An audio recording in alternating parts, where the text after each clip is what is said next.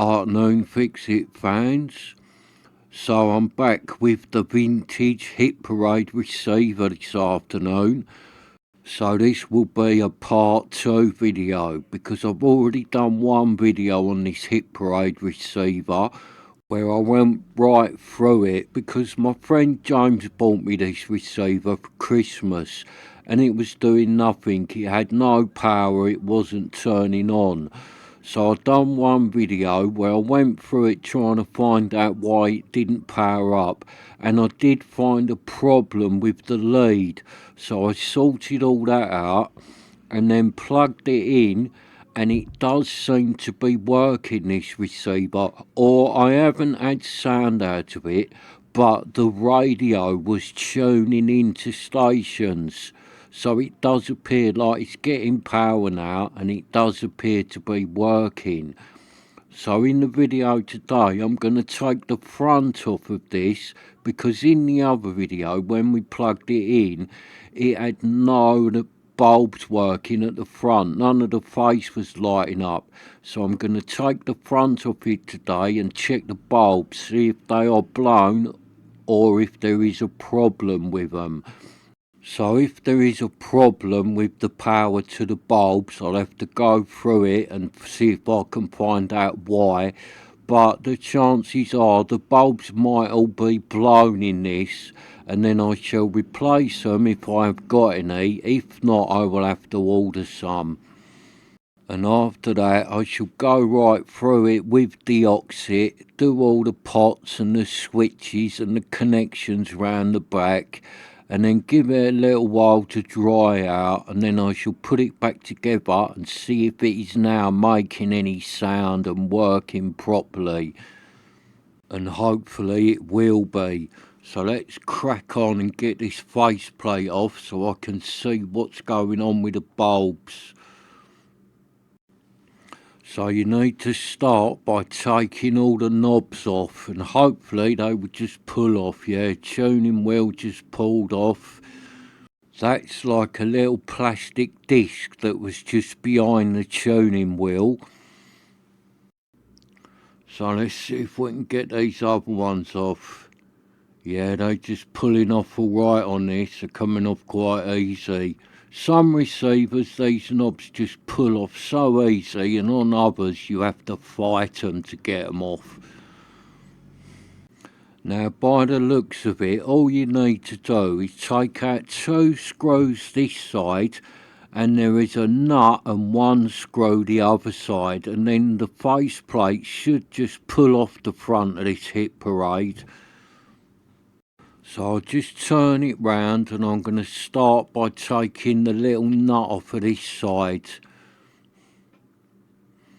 That one there. So get my little adjustable spanner, set it to size, and just take that little nut off. And I did get a message back earlier today from the seller of the Rogers LS55 floor standing speakers, because I found a set of speakers the other day on Gumtree, a set of Rogers speakers, and they are really local to where I live. So I messaged the seller and said, are the speakers still available? If they are, I'd like to come and have a look at them. But I never heard nothing back, so I did think they was sold. So that's the little nut off, and then I should get my screwdriver, and there's a little Phillips screw down here at the bottom. So I shall whip that out, and then there is just 2 Phillips screws to come out on the other side, and then I think the faceplate will come off. So these speakers are a set of Rogers LS55. They are floor standers and they are black. One of them is working fine, and the other one, the tweeter, does not work, so they probably will need a new tweeter in them. So like I said, I found them on Gumtree, messaged the seller, but never heard anything back. And then today I got a message saying, sorry, I've been away with work, I've just got back and seen your message. The speakers are still for sale. Do you want to come and have a look at them? So I messaged straight back and said yes. And then after a couple more messages, I am going round there Saturday morning to look at them. And if they are as good as they looked in the photos on Gumtree, and there is only one tweeter not working, then I think I should probably buy 'em. So that's all the screws out of the faceplate, and that does feel like it's going to come off now. It's a little bit fiddly because it's like hooked over where the nut went at the top there. So you got to kind of like twist it.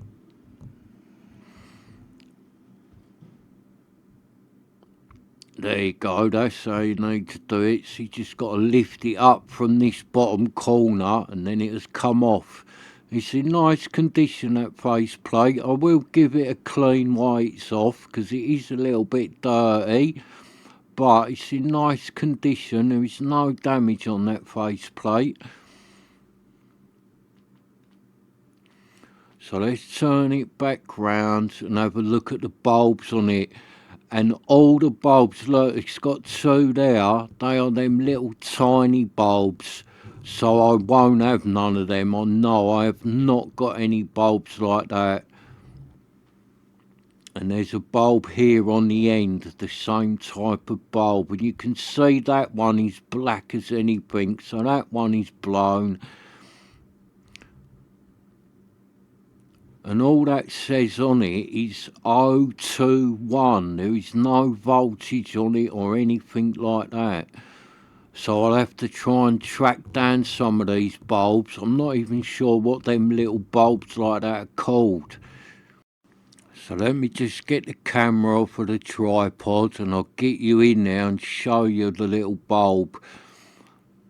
As you can see there, it's black and blown, but all it says on it is 021. So I'm not sure if that is the code of the bulb or the amps or what it is. I'll have to do a bit of looking up about these bulbs, see if I can find some. And looking at them two there, they have both blown as well. So I do think the reason this receiver was not lighting up is because all the bulbs have blown, and there probably is nothing wrong with the wiring going to the bulbs. It is just the bulbs itself, but I haven't got any of them, so I'm going to have to try and find out what they are and order some. And it's strange that they haven't got any voltage wrote on them. All they've got wrote on them is 021. So I'll have to do a bit of looking up to find out what that means and see if I can get any new bulbs for this. Because it would be nice to get all these bulbs working and get the front lit back up as it should be, because they do look a lot better, these old receivers, when you light the faceplate up. So let me just put the bulbs back in it, because I'm not going to be able to change these today. I'm going to have to get some.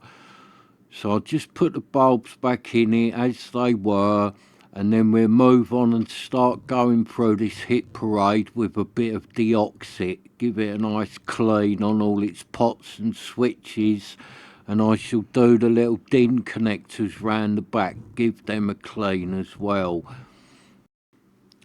So I'll just turn it round and I'm going to put this little plate back on this side and just tighten the little nut up finger tight to hold it in place, because that bit is just dangling around and it's got the little radio tuner and that in it, so I don't want that getting damaged while I'm moving this receiver about so I can get Deoxit into it.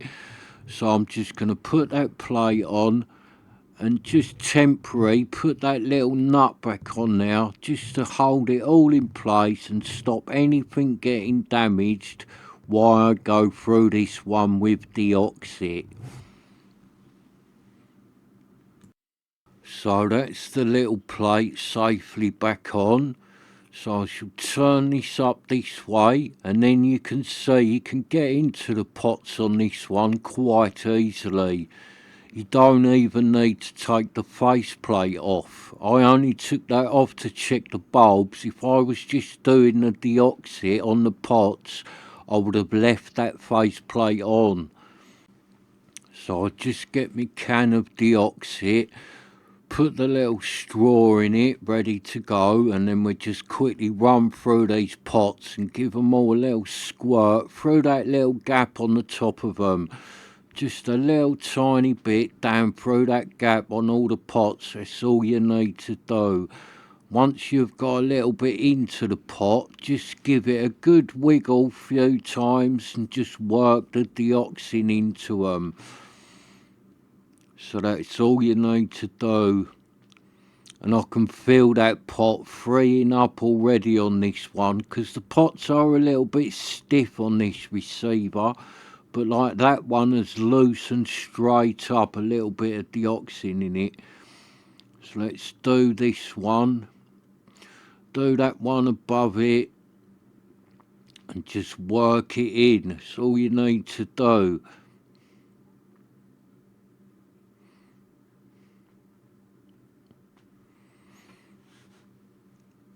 So that's it on that one. Just give it a few twists. Do this one above it, and again this one here is loosened straight up with a little bit of deoxin in it. And I think what happens is where these receivers don't get used for years, the pots just stiffen up a bit, but a tiny little squirt of deoxin just frees them up nicely, gets them back working properly.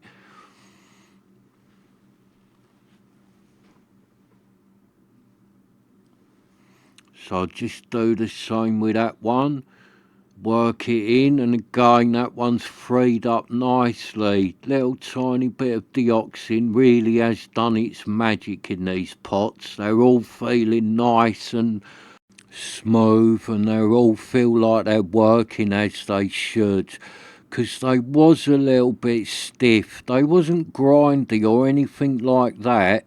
They just felt like they hadn't been used in years. But they are feeling much nicer now. Everything is twisting quite easy. And Deoxit is good at getting pots working nice again, because it does contain a little bit of lubrication in it as well as a cleaner. So I'm just going to do the switch, do the same, just give it a little squirt on the contacts, bit of Deoxit, and then just work the switch and let it all work its way round everywhere. And straight away that switch again has just loosened right up, and he's feeling like he's working nice now. You have to love Deoxit. It just sorts out so many problems. And if you have got an amplifier or receiver that hasn't been done for years, it is worth going through it with a can of this.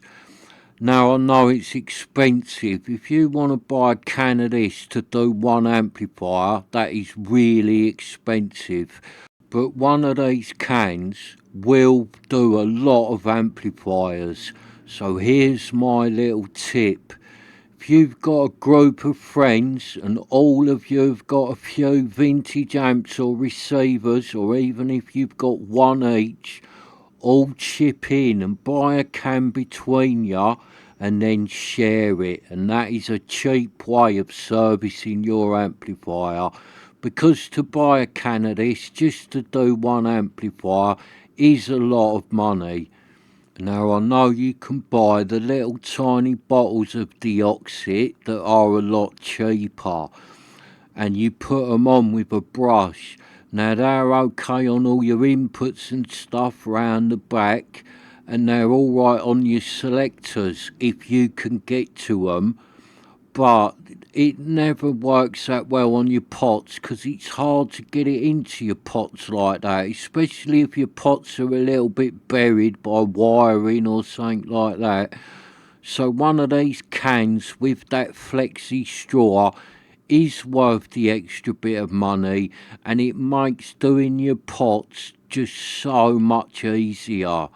So I've just turned this receiver up onto its side, and then I shall wiggle the pots about again and do the switches now that it's standing up this way, and it'll just work deoxing round the pots from another position.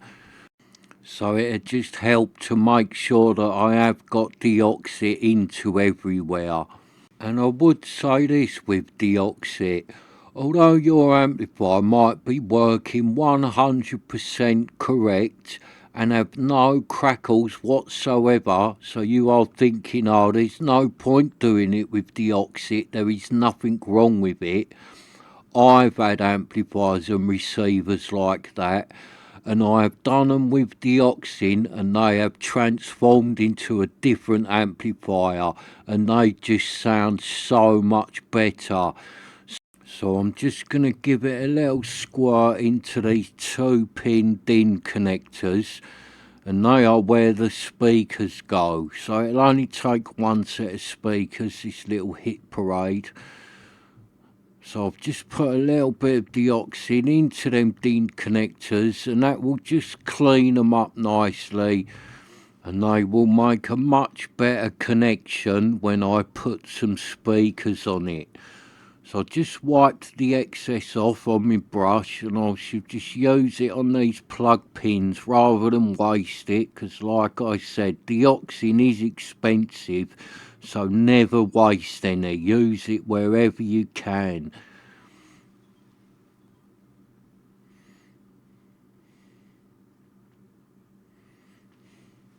So just brush the excess off of the pots, and then I should give it a little squirt into these DIN connectors. And these ones are 5-pin DINs. That is where you'd plug your CD player or your turntable or something like that, goes in the 5-pin DIN connectors. And you find on a lot of these old vintage receivers and amplifiers, they do have the DIN connector. It's sort of done away with it now, you never really see it, but back in the day loads of them had these DINs.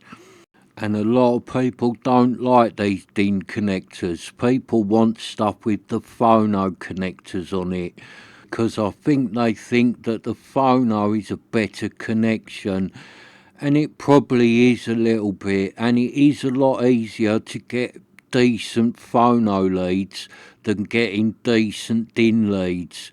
But decent DIN leads are out there, you've just got to hunt for them a little bit, but they do exist. You can quite easily get them. Now I know brand new they are quite expensive, high quality DIN leads, but second hand ones are out there, you just have to hunt them down. And if you do get hold of a set of quality DIN leads, the sound of them is really good, so there is nothing wrong with a DIN connector. If you get nice leads, it works really well. So if you're looking to buy a vintage receiver or amplifier, don't be put off by the DIN connector, because they are good, and sometimes you find that the amplifiers with the DIN connections on them don't make the money like the ones with the phono connections do, because people don't really go after them. So if you're looking for something that sounds really good for a bargain price, then amplifiers that use all the DIN connections are well worth taking a look at, because you might get something for a bargain price that just sounds really good. So I was going to put this back together and test it at the end of this video, but this video is already long, so I'm going to end it there. It has all been nicely done with Deoxit, it has been serviced.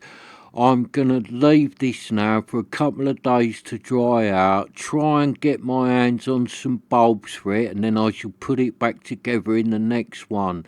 So thank you for watching, and I shall see you next time.